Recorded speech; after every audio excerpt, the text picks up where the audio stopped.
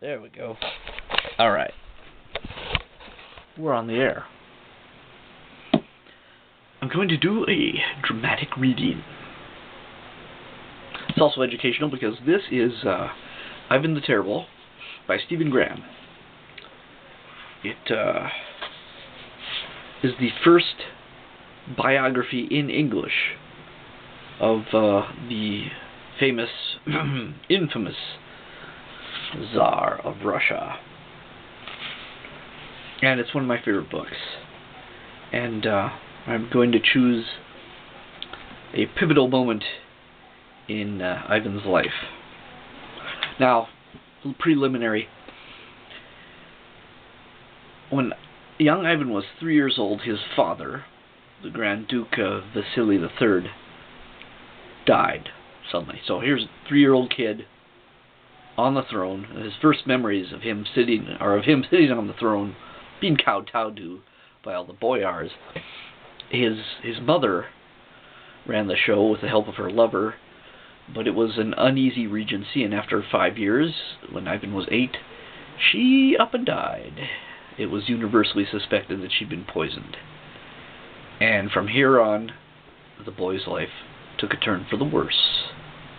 He was ignored and sometimes abused by the vicious circle of nobles around him who were all struggling with each other to maintain power. He's lucky he survived, but the only reason I suppose he wasn't killed off was because no one family among the boyars could gain control. And they all had a deep-seated loyalty, for lack of a better word, to the ruling family. So, anyway. So we're going to start when Ivan was around 13 years old. After the destruction of the Belsky faction, Ivan Shuisky became ill and died. The chief power among the boyars was then lodged in the cousin Andrei Shuisky. The enemies of the Shuisky family had been disposed of. The only menace was from the side of the adolescent Grand Duke Ivan IV, who was now 13 years of age and beginning to show a temper which would not easily be brooked. Possibly Andrei Shuisky ignored the fact that Ivan was growing up. He still saw in him the negligible infant whose existence had counted for so little during the wild years since the regent Helena had died. Ivan kept his own counsel. He did not fawn upon the Shuiskys, although they seemed to have more power than he had. Probably his aloofness offended them. He had his own friend and confidant, Fyodor Vorontsov, and was more attached to him than to any other of the boyars. Yet under his eyes, Andrei and his brother Ivan Mikhailovich Shuisky and Prince Skopkin Shuisky set upon Vorontsov in the palace, tore his clothes from his back, and would have killed him. What was the immediate pretext was not chronicled. Probably some words of Vorontsov had been reported to one of the Shuiskys. A council of state was being held at which the Metropolitan Macquarie and the Grand Duke Ivan were present. An accusation was made against Fyodor Vorontsov. The Shuiskys jumped to their feet and, accompanied by the princes Pronsky, Kubensky, Paletsky, Bazamov, rushed to take revenge. They struck Vorontsov in the face, they knocked him down and kicked him about, clamoring abuse. The Grand Duke Ivan and the Metropolitan both pleaded for his life, but the boyars were so enraged they even struck the priest and tore his mantle. But there was a dangerous light in the eyes of the young Ivan, a veiled menace. Perhaps the nobles sensed that it was the last time they would override the wishes of their monarch. Fyodor Vorontsov was not killed.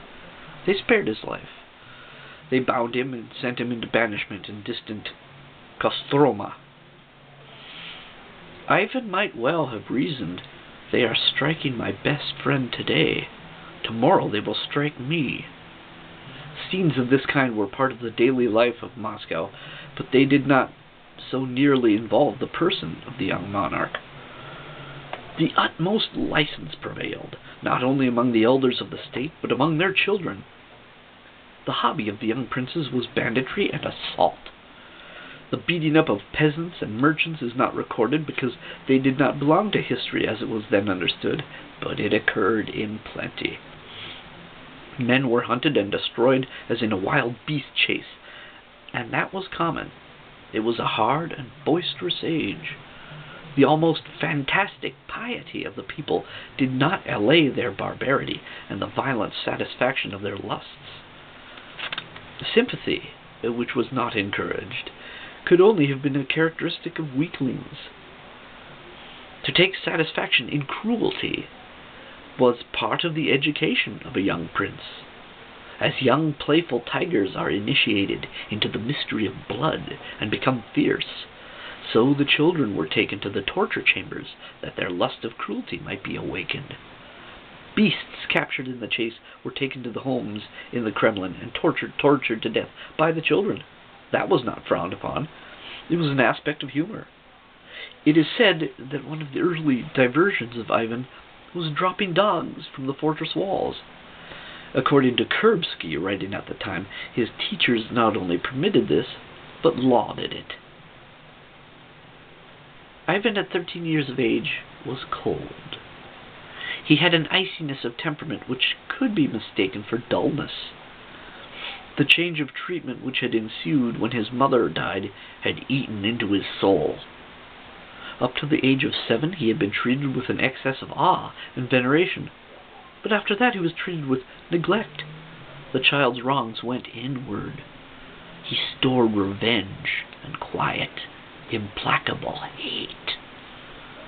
Unable to obtain help from men, the child sought help in books and buried himself in Byzantine lore, the history of the saints and the church, Holy Writ, the histories of Byzantium and the ancient principalities of Russia. He became very different from the rough tyrants who lorded it in the Kremlin, becoming versed in law, tradition, statecraft, and history.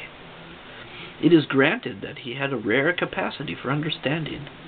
He had counterbalanced the death of his father and mother and the lack of honor into which he had fallen. He had forged an invisible weapon for the control of the Russia which was his. While we have said he was cold, it may be urged with truth that he held the memory of his father and mother in great veneration. In his imagination, he placed Vasily III on a throne higher than the good old man actually possessed. The throne was holy, and all that Vasily and Helena had left behind them when they died was sacred to him.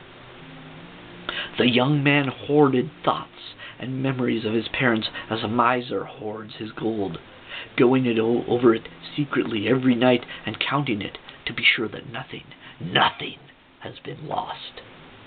Had they lived, they would have revenged themselves. Yes, they would have revenged themselves for all the insults that had been heaped upon him. This personal feeling grew to be dynastic, grew to an intimacy with God, to whom alone the kings of the earth are responsible for their actions. Puberty had arrived, and that does not necessarily mean sex. It means faith. The thought was dawning upon Ivan that he had the power of God behind him, and that he had but to lift his right arm to strike Prince Andrei Shuisky dead. 3 months after the assault on Fedor Vorontsov, he sent a party of the young fellows who tended his hounds to seize the prince. They took the proud Shuisky by surprise and beat him to death or strangled him as they dragged him toward a prison. Ivan said it was well done, and no one gainsaid the act. There was a hush in Moscow, as if a strange portent had been descried in the heavens. Ivan the Terrible had begun to reign.